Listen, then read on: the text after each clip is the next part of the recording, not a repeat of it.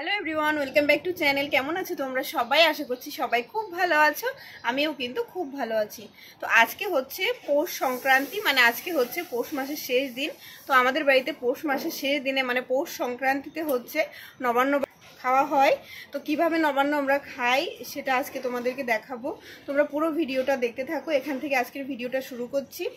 তো এই নবান্ন খাওয়ার প্রচলনটা আমি আমাদের এইদিকেই দেখি, মানে আমার শ্বশুরবাড়ির এইদিকে, আমাদের ফরিদপুরের ওইদিকে কিন্তু এই জিনিসটা নেই।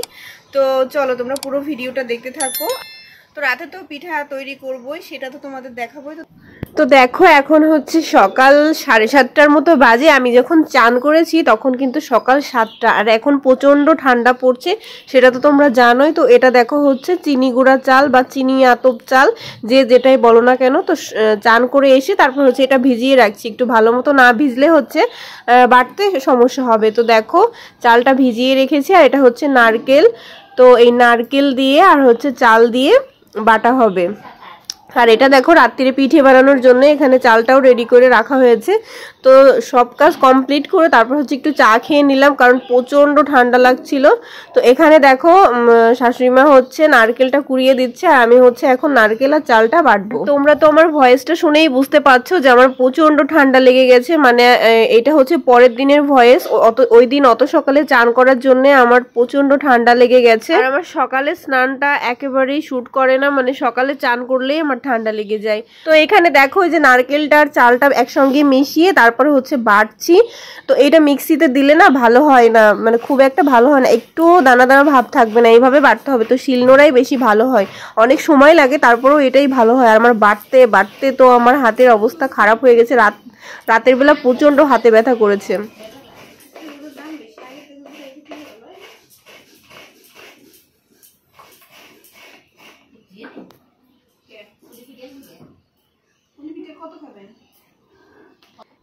তো দেখো আমার শ্বশুরবাড়িতে কিন্তু এই নিয়মটা আছে, মানে সকালবেলা হচ্ছে বাস্তু পুজো, আর হচ্ছে চাল, তারপর হচ্ছে নারকেল, আদা আর হচ্ছে চিনি একসঙ্গে ভালো করে বেটে তারপর হচ্ছে একটু পাতলা পাতলা করে এটা হচ্ছে ঠাকুরকে দেওয়া হয়, তারপর এটা আমরা সবাই খাই। তো এটা হচ্ছে আমার শ্বশুরবাড়ির নিয়ম। আমার বাবার বাড়িতে কিন্তু আমরা কোনোদিনও এইগুলো দেখি নাই, আমি শ্বশুরবাড়িতে এসেই এগুলো দেখি। তো আমি যেহেতু ইন্ডিয়াতে থাকি অনেকদিন যাবত, কিন্তু এটা খাওয়া হয় না, মানে একা একা খেতে ইচ্ছা করে না। শ্বশুর বাড়িতেই কিন্তু এই প্রচলনগুলো বেশি পালন করা হয়।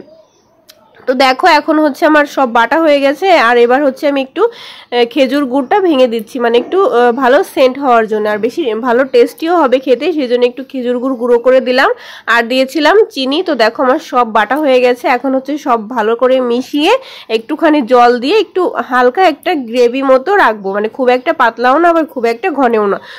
এটা কাঁচা হলেও কিন্তু খেতে খুবই টেস্ট, মানে যারা খেয়েছো তারা জানো, মানে খেতে কিন্তু খুবই ভালো লাগে। তো দেখো এখন হচ্ছে আমরা মুড়ি দিয়ে এগুলো খাচ্ছি, ঠাকুরকে দেওয়া হয়ে গেছে, এখন মুড়ি দিয়ে সবাই সকালে কিন্তু এটাই খাবো, আর কোনো ভাত টাত কিছুই খাবো না। আর এটা খেতে মজা লাগলেও কিন্তু পেটের 12টা বেজে যায়, কারণ কাঁচা নারকেলে তো প্রচণ্ড গ্যাস, আর আমার উল্টাপাল্টা কিছু খেলেই পেটে গ্যাস হয়ে যায়। তো এই প্রচণ্ড গ্যাস হয়েছিল। আর তারপরে দেখো রাতের বেলা যে পিঠা বানানো হবে তার জন্য দুধ জাল দিচ্ছিলাম।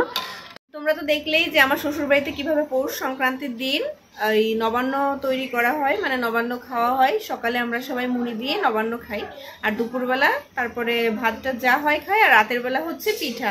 তো এখন হচ্ছে মাছ ভাত রান্না করছি, শুধু মাছ আর ভাত, আর কিছু না। তো বিকালবেলা যেহেতু পিঠা টিঠা আবার বানাতে হবে, তো চলো তোমরা পুরো ভিডিওটা দেখতে থাকো।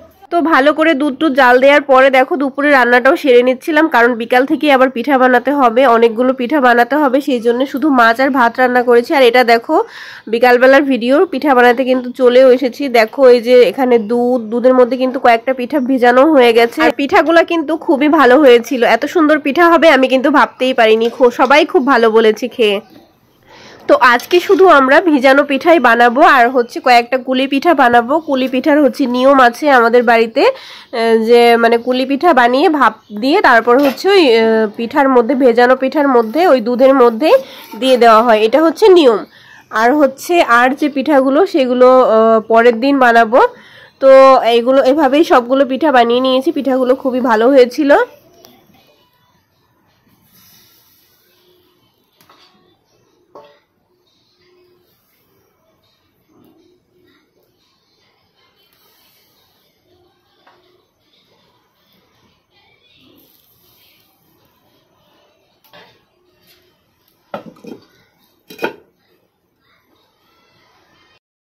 তো দেখো পরিমাণ মতো হচ্ছে পিঠা ভিজিয়ে নিয়েছি, দুধের মধ্যে আর পিঠা দেবো না, এখন হচ্ছে শুকনো রাখবো মাংস দিয়ে খাবার জন্যে। তো আমি হচ্ছে ভিজানো পিঠার থেকে মাংস পিঠাই ভালো খাই, মাংস রান্না করেছি, তো মাংস দিয়ে এখন পিঠা খাবার। এটা দেখো কুলি পিঠা।